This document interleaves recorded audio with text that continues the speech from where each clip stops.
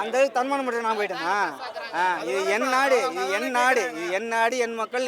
நான் அப்படி வேலை பார்க்குறேன். இவங்களை போல நக்கி போயிட்டு நான் வரல. இல்ல ஒரே நிமிஷம். இப்போ விஜய் பார்க்கறதுக்கு ஒரு ஈவினிங் தான் வராரு. காலையில இருந்து எதுக்கு உட்கார்றீங்க? எங்க மண்டேல அறிவு இருக்கு. நல்லா சொல்லணும். நல்ல ரசிகருக்கு ஐயோ திரும்ப நான் சொல்றேன். நீங்க வந்து மத்த ரசிகர்கள் போல என்னையும் பார்க்காதீங்க. நானும் போவோம் ஓகேங்களா? அது ஒரு அளவு இருக்கு.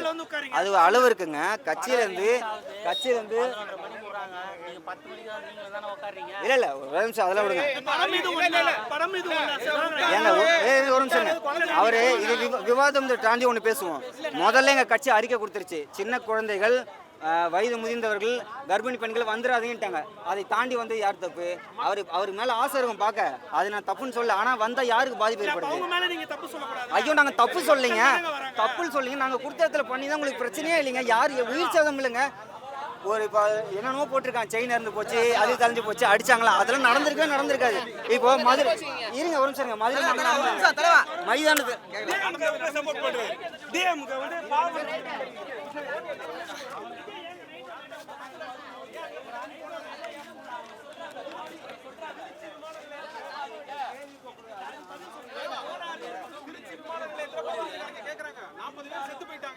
ஒரே நிமிஷம்.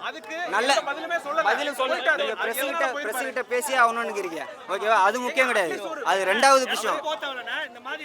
தட்டி விட்டே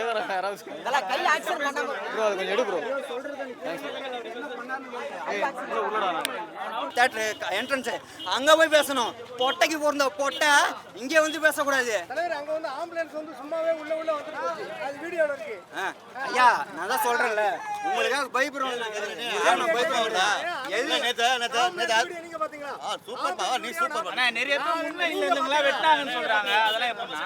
ஏங்க நல்லா நீங்க புரிஞ்சுக்கோங்க.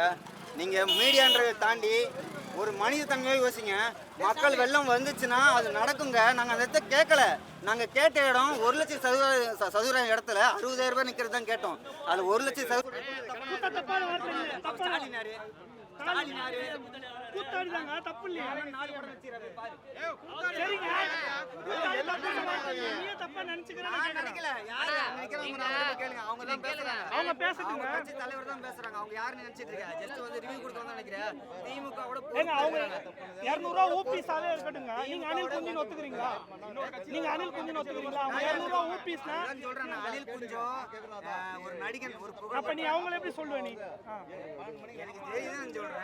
கேள்வி வைப்பான். அவனுக்கு பதில் சொல்ல நான் வரல.